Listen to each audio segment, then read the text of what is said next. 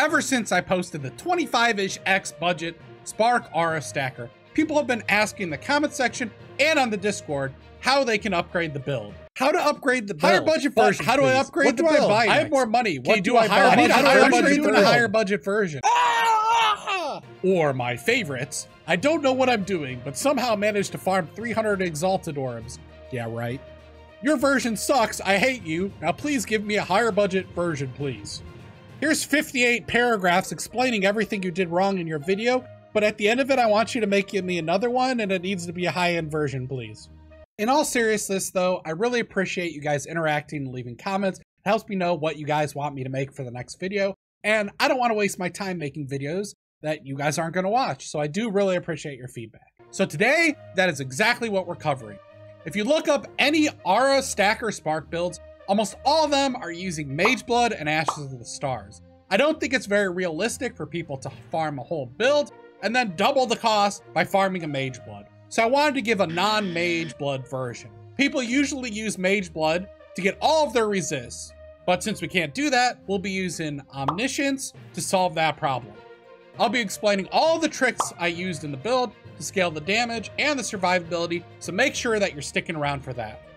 The intention of this build is to run high-end mapping content such as Delirium Mirrors and Delirium Maps. But just because it's set up for that doesn't mean it can't do most high-end Maven invitations and good content like that. It is very strong single target DPS and it's Spark. Spark bounces off the walls, hits 3-4 times, and does ludicrous damage in the Maven invitation area. This is also a headhunter ready setup, meaning you can replace the belt with headhunter and you are good to go. Now, a lot of people are saying headhunter is bad, but honestly, after the 60-second change, you can get a 60-second soul eater pretty commonly, which is the equivalent to the cheese that we were using earlier in the league, but you get to throw it on a very solid build. Very, very strong. However, you have to solve for mana. So I'm also going to be showing you how I was able to reduce my Spark down to 1 mana. Now let's move on to the bossing section. Now I'm just going to show you the very tail end of the Uber Elder. You just go around in a circle and then you cast Sparks periodically. And then you avoid, of course, the balls and the beam and all that stuff, right? I didn't want to show you the whole fight. There's too many immunities, takes too darn long. But there's the loot. For those people who care about the loot, it was bad.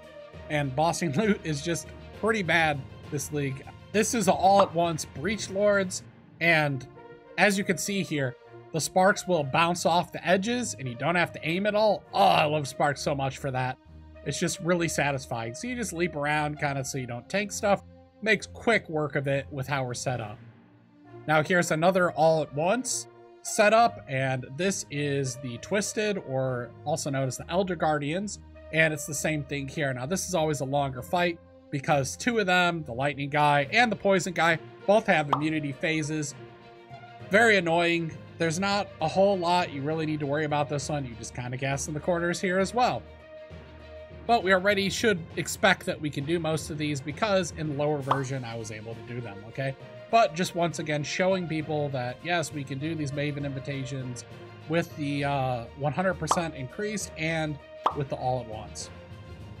Now let's move on to the next invitation really quick. And this one is, of course, the Shaper Guardians. Now, only one of them has a kind of immunity phase, and that was it. And it only took like 2 seconds. If you're enjoying the video so far, make sure that you remember to like the video. It does really help me out. If there's a specific spot that you laughed or liked, let me know in the comment section below. It helps me be motivated to continue to make videos. Now, if you want more videos like this, make sure that you're subscribing to the channel so you don't miss my newest build guides coming out or any of my other fun content. Here's the feared, the big moment, okay? This is the one that everyone's like, oh my god, but can it do feared? This is a complete joke feared. You kind of just like go in the corner, yeah, you avoid a couple things, you just spam Sparks out. Like 2 of them are dead now, it looks like. Yeah, we're down to like 2 left. All right, 1 left. No, 2 left, 2 left, 2 left, 2 left. All right, but okay, now there's 1 left. Anyways, we just gotta avoid those abilities that are gonna one-shot us, leap out of this, keep spamming the Sparks. Eventually he'll die. Are my Sparks hitting him? I think my Sparks are out of range there. Yeah, you gotta watch it because they do get deleted after they've traveled a certain distance, but if you're in the middle-ish, like they're not gonna get deleted. Now I wanna talk about important concepts we are using in the build. we're using 2 Call of the Brotherhoods with Elemental Catalyst to get a total of 96% lightning to cold conversion. We're doing this because it allows us to get up to 600% increased lightning damage and 600% increased cold damage from dual wielding Nebulous, and having 90% max res. It also allows us to add in Hatred as another damage aura if we choose. The wording on Nebulous is confusing to a lot of people, so let me try to simplify that for you. You get the lightning and the cold bonus per 1% max res you have over 75 up to 90. If you have 75 or less, it does absolutely nothing. In this setup, we have 89% max res. We are getting 13% max res from Purity of Ice and 1% from Survivalists on the passive tree. At level 23, Purity of Ice gives 5% max res base, and then we are getting more from increased effective auras from our passive tree, the champion ascendancy, our helm, our body armor, and a timeless jewel. We are getting to level 23 Purity of Ice by having a level 21 corrupted gem and then having a pair of gloves that is +2 AoE gems. Now I pathed kind of a weird way on the skill tree, but I did this for a very good reason, and that is because it gives me 4 potential notables that can have aura effect. But it also adds flat decks to all the nodes in the area. And since we're making use of Unnatural Instinct, which is already really strong in this spot, we also get a ton of flat decks that converts to Omniscience for all res and pen. In case you don't know how timeless jewels work, they add or change everything in the area. Based on the name, it changes all the keystones in the area. Based on the number, it affects the notables and the small nodes. You basically have to buy one that adds the desired potential outcomes and then use divine orbs until you find one that works well in the spot. In this case, we do not care about the keystone, we only care about the notables. Another important thing in the build is mana sustain. I solved this problem by reducing my mana to 1 with flask active. The reason why we want our mana to be 1 and not 0 is because inspiration does not proc unless you spend mana. Here is a breakdown of how I got to 1 mana. We get reduced from Divergent Inspiration, we have 2 5% reduced mana jewels, 10% reduced from mana mastery, and 25% reduced mana cost from a flask. You can unlock the reduced mana cost on a flask by unveiling Cinder Swallow Flask from Betrayal, and then craft it yourself on the craft bench. Then we also have -9 mana cost from Replica Conqueror's Efficiency. The reason why I want such a low mana cost is when we use Headhunter and we get the Soul Eater buff, we get an insane amount of cast speed to the point where we're getting like 20-30 sparks per second, which is impossible to sustain without an extremely low mana cost. One other really important thing to note, you need life gain on hit on a Watcher's Eye, and you need Cold Leech on your gloves. Otherwise, you only have a little bit of life regen from Vitality, and the build is going to feel like crap. Now let's talk about playstyle. We mostly are just casting Spark and leap slamming around, and then for really hard enemies, we're using Smite. Now, since we have Mark on Hit is going to apply our Sniper's Mark when we hit with Smite. Then, in certain situations, if you're out of flask, you can pop Vol Clarity. That's going to make all of our spells and skills cost nothing at all, but we don't really need that because we've reduced it down to 1 mana. But if you can't get it down to 1 mana, then you're going to need to use Vol Clarity. We're using 1 temporary aura, and we also have this set up such that it reduces our life to below half, which is gonna proc our Adrenaline on our champion ascendancy. So we press this and see Adrenaline gives us increased damage, attack, cast speed, and of course, physical damage reduction. Very, very helpful. And we have Hatred. You could swap this out for a different aura, like a defensive aura, if you don't want to run Hatred, by the way, just noting. But then, like, look how many sparks we can get. Pretty crazy stuff here. We can fill up a whole area, then like pop a box, and then it's just gonna die on its own. The precast before you do the invitation. Very, very nice. Then let's go over flasks. You do not want to skimp out on your flasks. Definitely get some good flasks. Now, we're still using resist flasks, even though we are capped on res, because there's a little note in here that says 20% less fire damage taken. So more mitigation for each of the elements. We set our flasks up to basically gain charges whenever we're hit by an enemy, and to auto use when our charges get to full. So if we're clearing quickly, they're always going to be proccing, or if we're getting hit a bunch, they're going to be proccing. So we have the reduced mana cost of skills during flask effect, which I explained in the mana section that you would unlock that from a Cinder Swallow, and then you would craft it on the crafting bench. Then we have immune to bleed and corrupted blood. We have one that gives us armor, and then this I instead used gain blast charges whenever you deal a critical strike.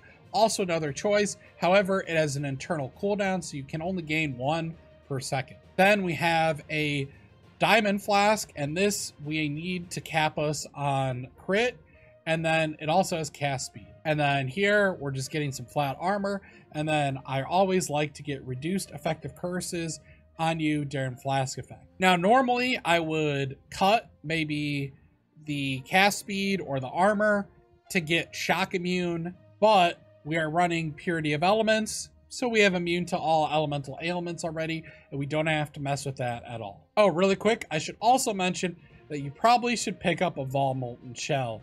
I have Molten Shell set up such that it's just auto casting.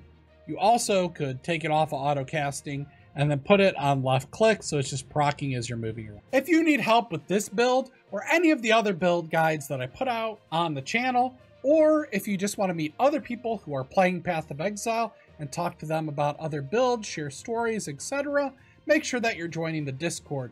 Now, I have a bunch of people on there who are also helping to answer questions, so it's not just me. You're probably going to get an answer quicker than if you put it in the comment section. Now let's take a look at the rest of the gear, and I'll tell you what's important on each piece. So I got these Nebulous, and the most important thing here to get on the high-end one is spells have a 10% chance to deal double damage. These are pretty pricey, but I think it's worth the price. Basically, it's a 10% more, and because we're using Brittle, it helps hit harder, so we proc and get to max Brittle. Brittle gives flat crit, and we're getting Brittle, of course, from Secrets of Suffering. Other good mods to have on it would be Crit Multi, Cast Speed, and then any sort of like lightning damage, spell damage, cold damage, anything like that. My other Nebulous also has spells have 10% chance to deal double damage. And then we enchanted both of these with quality. Does not increase physical, but we get elemental damage instead. Then for our helm, we want a helm that gives us increased effect of non-curse auras. That's because we're stacking a bunch of auras. We're basically an aura stacker. You always want more aura effect. And then 3 additional spark projectiles. Not necessary, but just buy it like that. It's always good to have more projectiles. You don't know which ones are going to hit. I then crafted from the base by just spamming essences into this for the increased mana reservation efficiency of skills.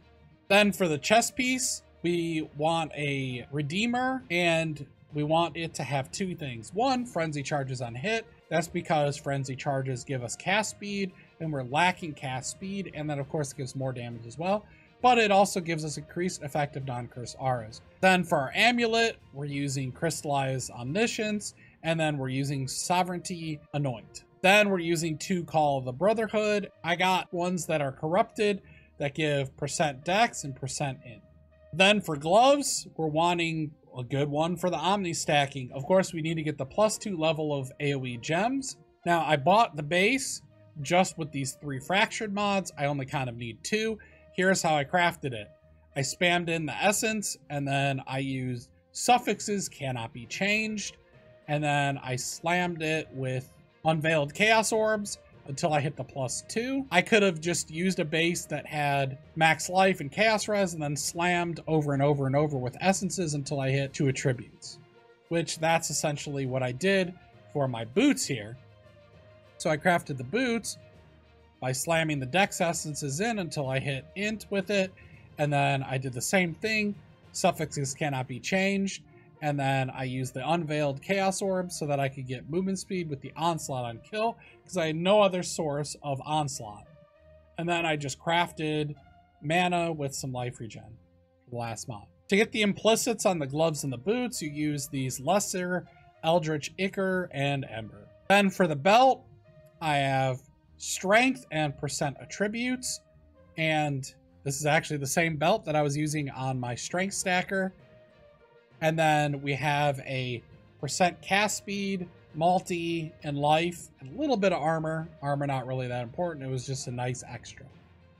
I, of course, swap that for mapping with a headhunter, and I happen to get increased effect duration and a hatred headhunter, so those both benefit me with how I have the build set up. But you don't need a crazy corrupted headhunter. Then for jewels, I used a multi with reduced cost, and then of course some increased damage. I would have loved to get triple multi with reduced cost. I have a timeless jewel, just like I showed before, for the increased effect, and this happens to give a little bit of cast speed. Unnatural instinct, which is good in this spot because it's giving us cast speed over here, spell damage over here, and then we're getting all those dex nodes from this. Then I have an insane Watcher's Eye. The main thing on this build that you really want is the life gained on hit. The cast speed is nice to have, and the Wrath, I was just a little below what I needed to be crit cap. Then I'm using Melding of the Flesh. This is to get all of our resists to that 89. Then we have the Replica Conqueror Efficiency. If you don't want to wear Headhunter, you'd put an Inspired Learning gear, pick up this Frenzy Charge, maybe pick up these crit nodes. Then we have a large cluster jewel. I grabbed one that had attack and cast speed with lightning skills, some life, and some regen. And then we're using the interrogation. That's to get the brittle from Secrets of Suffering. And then we have another jewel. This one has cast speed while dual wielding, double multi, and reduced mana cost. Then I have a hazardous reach. This makes it cast in a Nova, and I got corrupted blood. You need corrupted blood, cannot be inflicting you in some place. You're casting so many darn sparks, it's gonna max you out, you're gonna die. Now let's take a look at the gems. We have Sniper's Mark. I should really add quality to this. I should get the alternate quality Mark on hit. I would add more damage to the build. Haven't done that yet. Then we have Smite. I can get an alternate quality Smite, which is going to help and add more cast speed. I probably should do that at some point, but I didn't do that yet either. And we have Leap Slam. That's how we're moving around. But of course, we reduced it down to 0, so it's completely free. A lower level Vitality because we want some unreserved mana. Then we have Zealotry and Defiance Banner. Defiance Banner on the champion we get for free, so we're definitely going to use that. Cast when damage taken, Molten Shell, and then a level 1 Clarity. That's a Vol Clarity, so we can have the option to pop that. I want you to note here for our gems in the chest that I'm using faster projectile support. We could use some other gems instead to get a more multiplier, but there's a nice quality of life on this. I'm kind of lacking projectile speed. I want it to bounce quicker, and I want it to reach farther. So we have Divergent Spark, we have Pinpoint, we have increased critical damage support, we have faster projectiles, Spell Echo, which I can replace with Awakened Spell Echo, and then Divergent Inspiration support. Then in the gloves, we have an Enlighten 4, Divergent Wrath, level 21 Purity of Ice, Purity of Elements. Then we have Hatred, Divine Blessing, which gives us a temporary aura that we would cast with mana, but we're using Life Tap to convert that to life. And then we have Increased Duration because we need to up the cost because we want this to cost more than half of our health so that we can proc Adrenaline. For Pantheon, we don't have to grab Soul of the Brine King because we're already immune to stun from our Ascendancy and we're immune to elemental ailments from Purity of Elements. Really, you can grab any of the 3 that you want. They're all pretty good. For Minor Pantheon, I really like Soul of Abrath just because it makes you immune to Burning Ground, and I like to run the Searing Exarch side. Otherwise, you probably want to unlock the second part of Soul of Shikari, and you're going to want to run this. Neither of the Pantheons really make a big impact on this setup. For the bandits, you should be killing all of the bandits because you need as many skill points as possible. For ascendancies, you want to grab the permanent Fortify. You get a ton of just armor, stun immunity here, a bunch of armor evasion. Then of course we're using Adrenaline, which we mentioned earlier. And then here's the increased effect of non-curse auras. And then we also get the free banner. Order shouldn't matter. You should not be playing this unless you have all 8.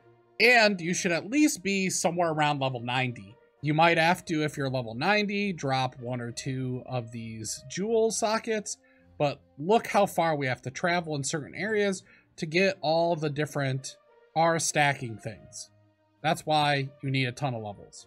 And really, as a rule of thumb, any stacker is probably going to need a lot of levels. For masteries, we have auras from your skills have 15% increased effect on you. We have more skill effect duration. That's for the spark, because we want our spark to hit multiple times as a 0.66 second cooldown. So longer spark, more hits. Reduced mana reservation efficiency of skills, more projectile speed, increased reservation efficiency for vitality, reduced mana cost of skills, and then 50% increased effect of non-damage ailments. This helps us get the brittle that we're getting from here, be able to get to the plus 15 base crit.